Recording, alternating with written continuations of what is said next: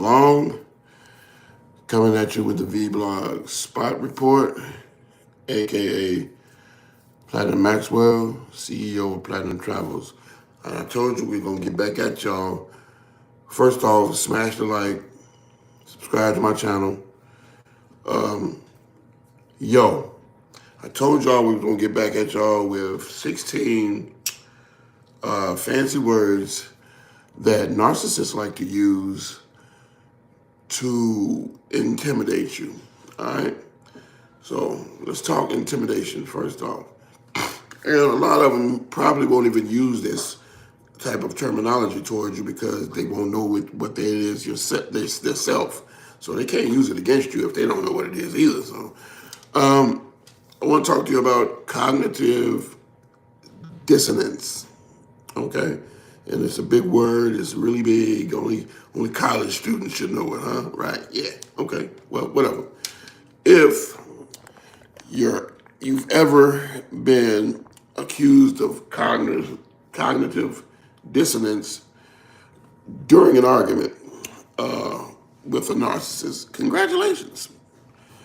You've entered their mental space, and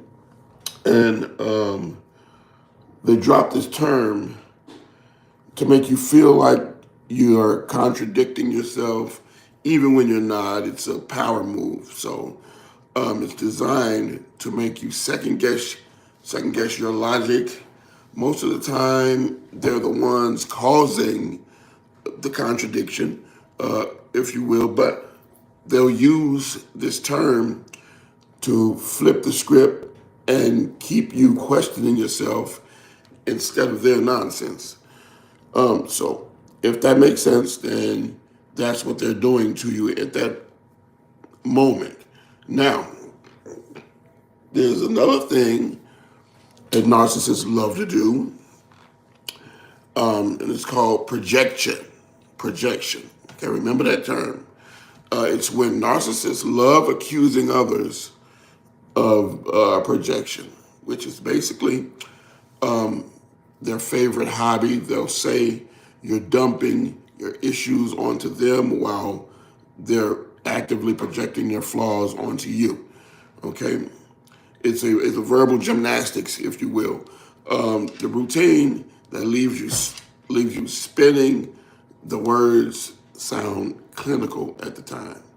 How you doing? How you doing? How you doing? Which gives you a sense of authority, but in reality, they're just shifting blame and dodging accountability. All right. So yeah, that's another thing. It's called projection. Hi, how you doing? Have a good day. Have a good day. All right, all right.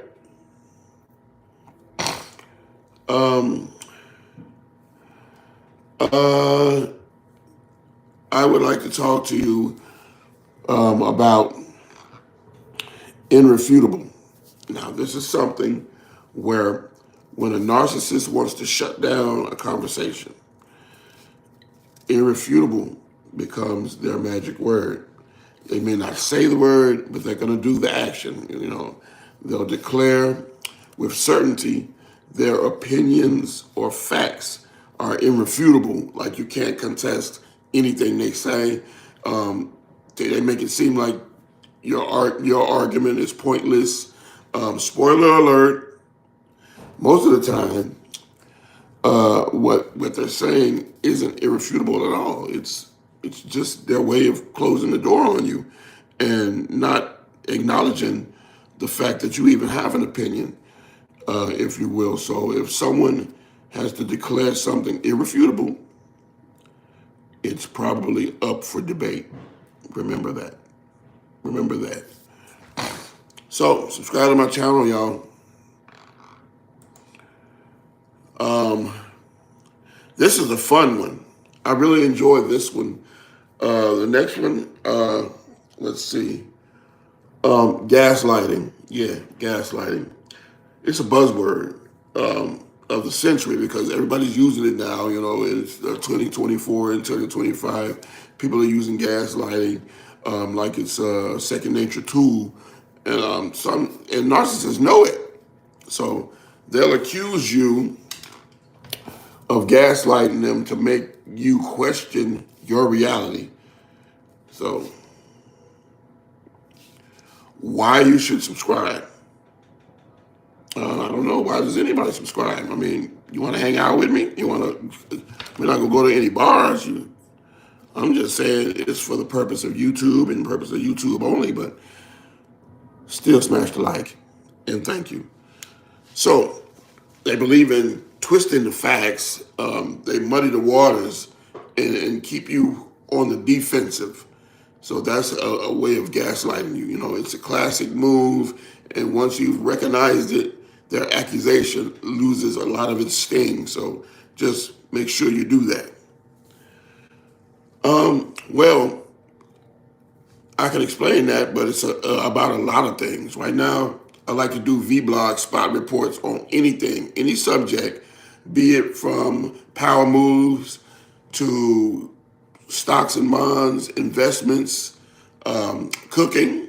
I love cooking. I'm a chef. Recipes, and then there's love and marriage and romance, and then there's hip hop.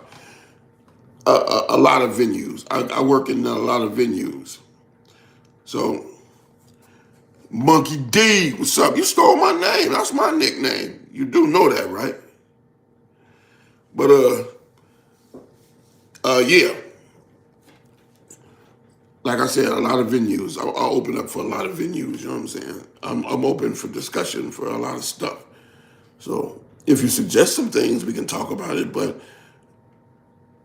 other than that, I just talk about whatever comes to mind at the time when I open up my channel. And if you do want to join me, then I suggest you do subscribe. And if not, and you don't want to subscribe, then just don't subscribe. Easy. But thanks. Thanks, Monkey. I appreciate it, my bro. You know what I'm saying? Oh, like I was saying, back to the subject. I'm sorry I got off topic a little bit. But malignant. Let's do this one, y'all. Malignant. This is a great one, too. And you can know, and once you recognize this within a narcissist, you can get in a lot of stuff. You know what I'm saying? Because malignant is one of those words that sound crazy, but it's official. Which is why narcissists love to use it. So recognize it. They'll throw it into conversations to describe someone as toxic or harmful. Now, often with no real basis behind that accusation, it's a loaded term that lets them paint themselves as the victim while demonizing everyone else. Okay, and if they're quick to label others as malignant, it's worth taking a closer look at, because your behavior probably isn't malignant at all. It's probably just on the defensive because they came attacking you. Now, narcissism will always attack you and try to make you be the demon, and they play the victim. So remember that. Yep. Bendo Loco, you're a channel pollinator, but you only pollinate channels that don't allow hate or oppression. Who are my favorite YouTubers? Well, a lot of mine come from out of the realm of hip hop. So I don't allow hate or oppression either. I don't do that. I wouldn't call anybody a name or subject anybody to any type of hate or oppression. Definitely not. Definitely not. Depending on how much oppression my people has been through. But that's another story. We wouldn't even bring that up. We have to talk about 400 years worth of stuff in order to really talk oppression at its full term. But yeah, I feel you on that, though, Bendo Loco. That's good. That's good. So remember, malignant, don't let them try to slide that in there on you with their narcissism, okay?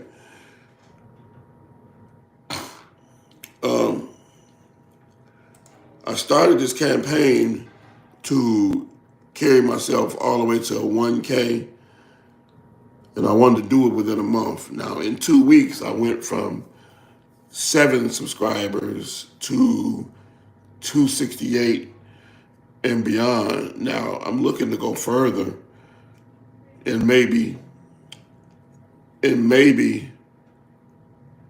just maybe, help others, which is great to do. Thanks. Thanks, Benaloco.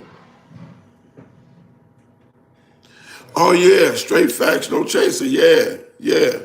I've heard of that. And I've checked it out a couple times before. Yeah. So, demon where we are within the narcissistic realm, arbitrary.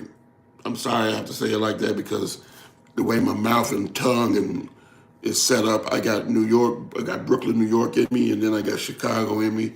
So they kind of meshed together, and it's gave me a lazy tongue. So Tabitha Speaks. I don't believe I've watched that one or indulged in that one. I'll have to look it up, and when I do, I'll be back to talk about something off of there. So arbitrary. There I go. I'm using my Chicago side and not my Brooklyn, New York, because it makes my tongue blah, blah, blah, blah, blah. So narcissists use arbitrary as a way to discredit your decisions and opinions, okay? So it's a fancy way of saying random or pointless, okay? So, but when they say it, it's laced with a whole lot of condescending talk or condescending nature towards what you're talking about. They label your choices as arbitrary to position themselves as the logical one. So don't let them do that. Don't let nobody one up on you.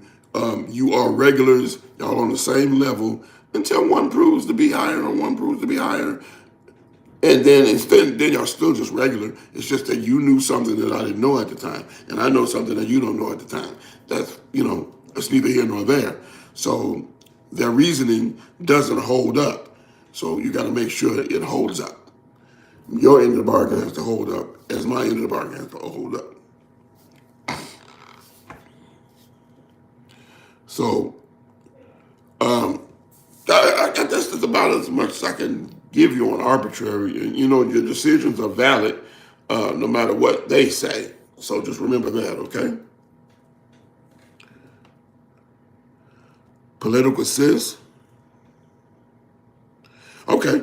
Everyone you watch is worth watching. I will remember those, and I'm gonna, since it's documented that I'm saying it on this live, I'll be able to reference back to it and go check them out, which I will go do. And then I'll come back and then reevaluate and speak of it. Okay.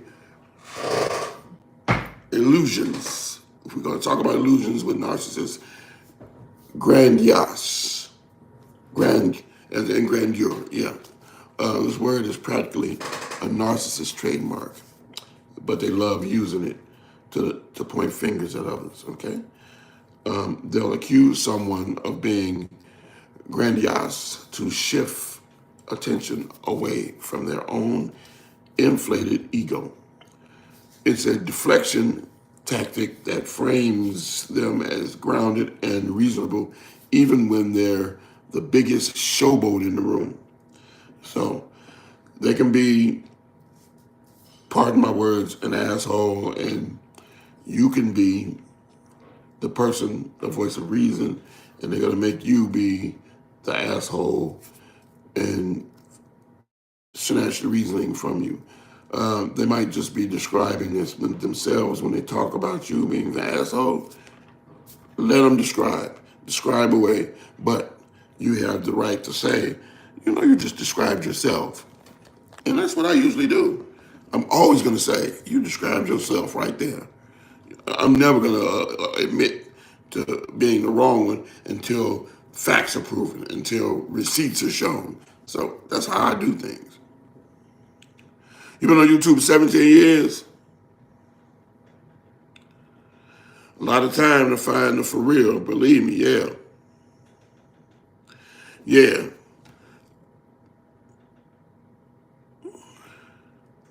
Yeah, thank you. Because it's a lot of people that don't know that they're being hoodwinked and controlled by these people, and they need to be stopped because you definitely don't control people. You don't want to, and you don't want to do people like that. So here's one, and I know you heard this before because a lot of men like to use it when they're narcissists, and even some when they're not a narcissist. They love to say this. They love to say it about their lady or whoever their love interest is. They like to say vindictive.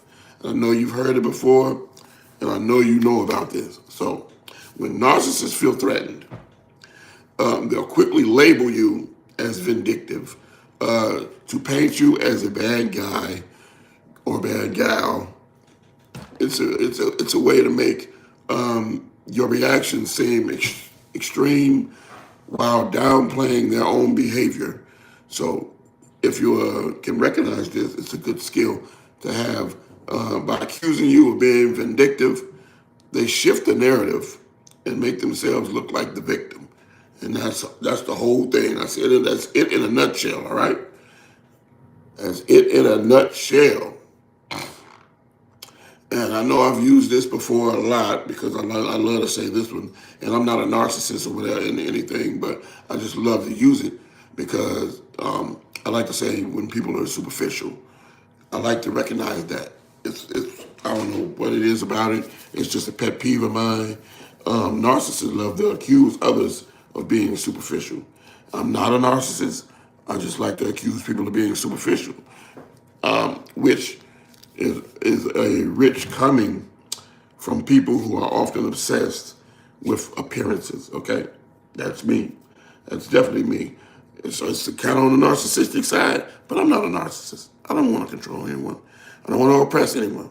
So they'll use this word to tear down your interests, relationships, or values in most, making you feel shallow for caring about things they deem unimportant. It's a tactic to make themselves seem deeper or more profound. Oh yeah, that's how they do it. That's how they do it, and that's what they do. And they make themselves feel more profound.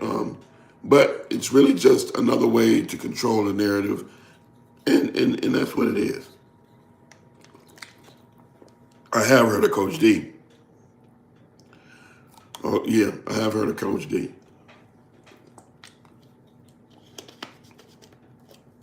Oh, woo! I needed that water, y'all. I was parched. Parched. So, the shot of me. Okay, even hearing narcissists talk about dichotomies, it's their way of framing things in black and white terms, forcing you into an either or situation that benefits them. They'll oversimplify complex issues to make their argument seem more valid. And that's it about that. But there's only two things that you can do with dichotomy. You can shut it down totally, or you can just agree with them and move on, or agree to disagree. You know, it's basically what you do: agree to disagree, or agree and move on. Yeah. Now, people say pathological. They use this a lot. This doesn't have to be a narcissistic term. You can say that when you think someone's a pathological liar, or you think they do something in excess that's pathological. So when a narcissist wants to discredit someone, pathological is their way. It's the word of choice. They'll call someone a pathological liar or accuse them of pathological behavior to sound like they're diagnosing a serious issue. It's all about adding weight to their accusations while dodging their own flaws. Because I'm a pathological liar, I do things pathological, they may, you recognize things too much. That's pathological right there in itself. So let them know that.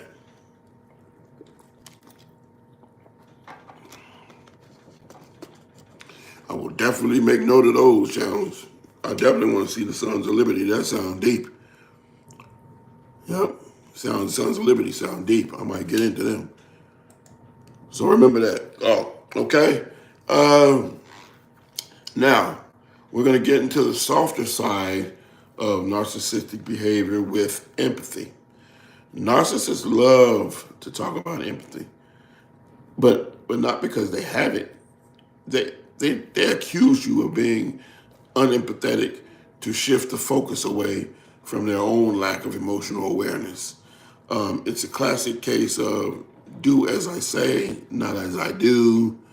They weaponize the idea of empathy so that they can keep you feeling guilty or inadequate while dodging any responsibility of their own behavior. So keep that in mind. That's something to keep in mind. We're going to skip this one because this point of flaw is in their argument. And I don't want to teach narcissism. I just want to try to thwart the fact that narcissist is something. So it's called fallacy. You know, that's a fallacy. They use the word to make it seem like your logic is flawed or even unperfectly sound. So fallacy, take a closer look at that and just remember, don't let them downplay what you already know. All right?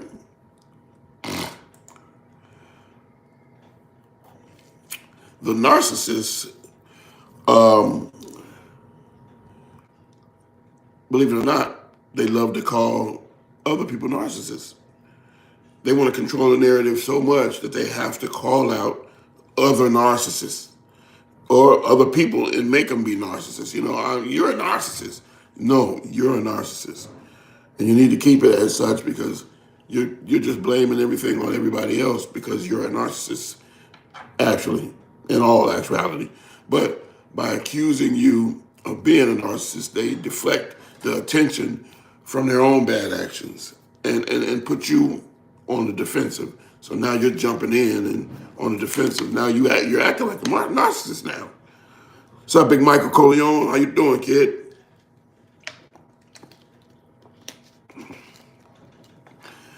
Thanks again. You know, it's a classic manipulation tactic. So just recognize that, you know what I mean? And subscribe to my channel, y'all. I'm really trying to make things happen. So I just want to go there. Narcissism, gaslighting, codependent behavior, etc. Yeah, all of that. Yep, all of that. So, altruistic behavior. Narcissists love painting themselves as selfless heroes. So this is a term that you can recognize within a narcissist, and it's kind of like my favorite buzzword for the narcissist. They'll decide their actions are altruistic to frame themselves as noble, generous, or even when their motives are anything but. So, in my notes that I took down, I wrote, it's all about building a narrative where they're the saint and everyone else is ungrateful.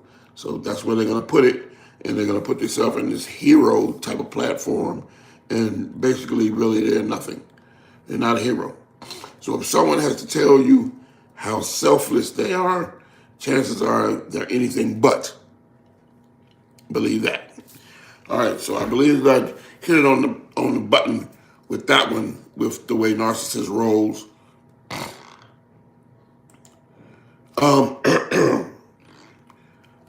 I only want narcissism to be downplayed so people can stop giving them the power to be who they are. Um, Narcissists crave power and control over others. When they sense that their grip is slipping, they often employ manipulative tactics to regain dominance. They get allegiance. They grab people from everywhere. Let's be against this person, until that person conforms and becomes under my realm of control. And it's not good. It's not right. You don't do that. So these tactics that I've given you are the first steps to protecting yourself from emotional harm and from a person that's actually a narcissist. And I suggest that if you're losing control and you've lost yourself within this person who's a narcissist, exit stage left, you should leave. Okay? All right? So, with that being said, this has been your boy, Platinum Maxwell, aka the CEO of Platinum Travels, aka Chris Long, coming at you with the V-Blog Spot Report. And I didn't call it a 15-minute because we actually ran it over. I'm actually at 26 minutes, y'all. So, like I said before, subscribe, and I'll be back at you soon, you know what I'm saying? Thanks again, Mike. Thanks again, Been a Loco. I appreciate y'all joining me on my live, and I'll be back again real soon. Peace.